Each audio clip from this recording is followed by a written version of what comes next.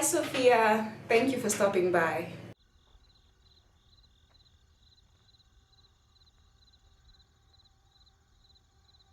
So today I have a very interesting topic. I am going to teach you an old school method of predicting your period or counting your days or knowing when your period is gonna come. I learned this method, I think, in high school. And when I say old school, this is what I mean. You see all these books, basically I usually keep a daily journal of my life. So when the time comes when I want to write an autobiography, when I want to write the story of my life, I think we have all the evidence right here. It holds all my dirty little secrets. Haha. But anyways, so what I normally do is, because with every diary, and I hope you'll be able to see this, but with every diary, there's usually a page that has like the whole year calendar. So what I normally do, and this is something I started doing, I think, in Form 2, when you start marking your dates. So every time you get a period, you just go to your diary or to your calendar and just strike it. So when you do this for a long period of time, say when you do this for about 6 months, you will slowly start seeing a pattern. And for me, my pattern is I have a 21-day cycle. So basically every 21 days I get my period, which means that there are some months where I will get my period twice in the same month.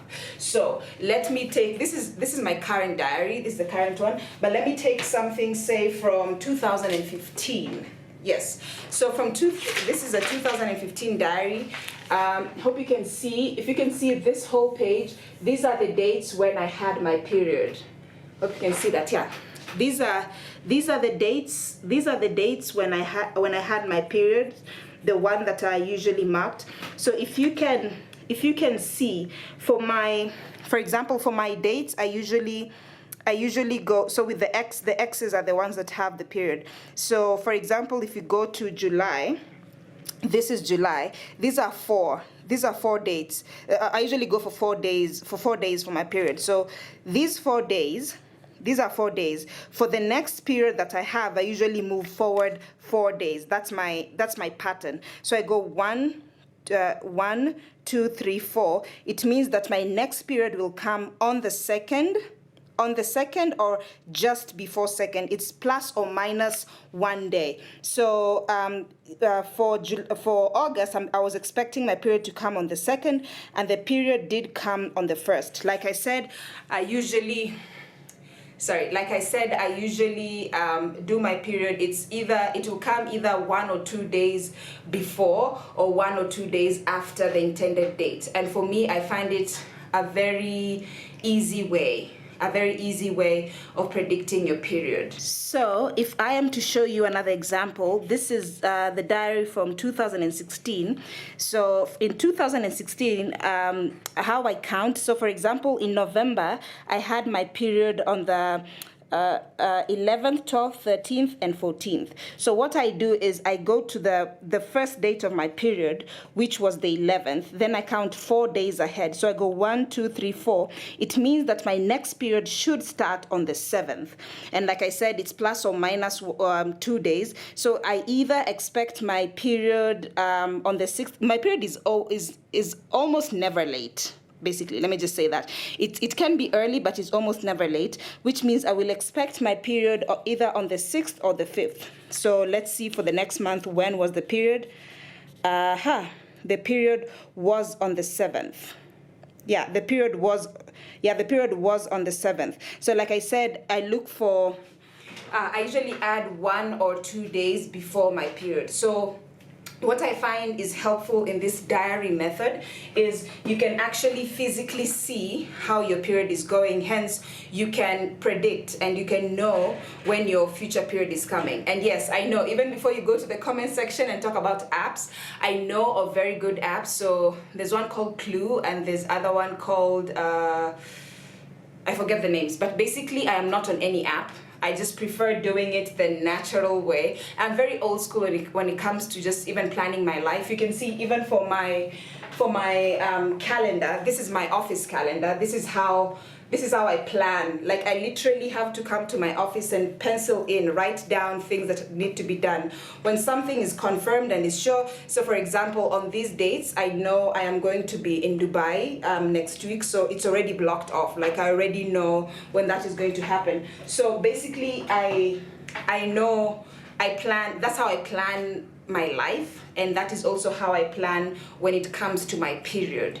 Like I said, if you're more tech savvy and you like apps and things like that, there's so many other apps that can help you track your period. But as for me, I prefer using the old school method of just going literally down and marking off and writing down when your period is coming or when to expect it.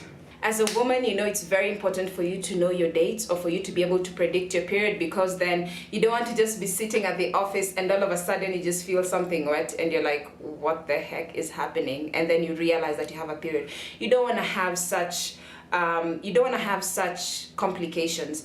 But then that's not the important point. The important point is you knowing your period will really help you when you go to a gynecologist visit.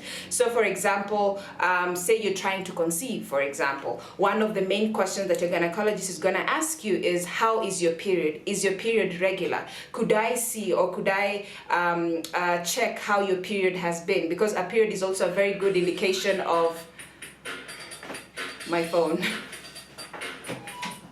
So as I was saying, it really helps with your gynecologist checkup, because they have to know how frequent your period has been, and if there's been any inconsistency, then they can really assess and tell you what might be the problem. So from how you've seen me counting my days, it's also the reason why I came to discover that I have a very short cycle, because on average a woman would have 12 cycles, you know, like 12 cycles in a year they would have it. But for me, I have 17 cycles, because I have a very short cycle of 21 days. It means that there are days that I will bleed twice in a month. So at first it was very confusing. Like, for example, for this month, I know I'm going to have my period twice. So like at the beginning of the month I'll have a period, then at the end of the month I'm bleeding again, and I'll be like, what? But I just had a period. Why am I bleeding again? So me doing the calendar method really helped me know how my cycle is and why I'm having a shorter period. And ladies, if you have a 21-day cycle, or if you have a short cycle, there is nothing wrong with you. I am also on a 21-day cycle. Oh, and something else, that's also the reason why we don't call it a monthly period. We call it a monthly cycle, because again, not everyone gets one period per month. So you do not call it a monthly period, you call it a monthly cycle. So how long or how short is your cycle? So some people like me is a 21-day cycle, others is a 25-day cycle, so my memory died before I could finish that video. But anyways, I just wanted to sign out and say thank you very much for stopping by. Please let me know what kind of apps that you use to track your period, or what method do you use to track your period. Are you old school like me? Do you just go to your calendar and actually mark out the days that you have your period? Why do you think it's important for us to know our dates? And any other question that you might have. My name is Abby. I make videos every Thursday and every Sunday, and I will see you next week. Please remember to subscribe to the channel if you haven't, and if you have subscribed to the channel, please ring the bell down below. There's a little bell icon, just tap on it, ring it, so that every time I upload a video you can be able to see it. Otherwise, I will see you next week, and thank you for stopping by.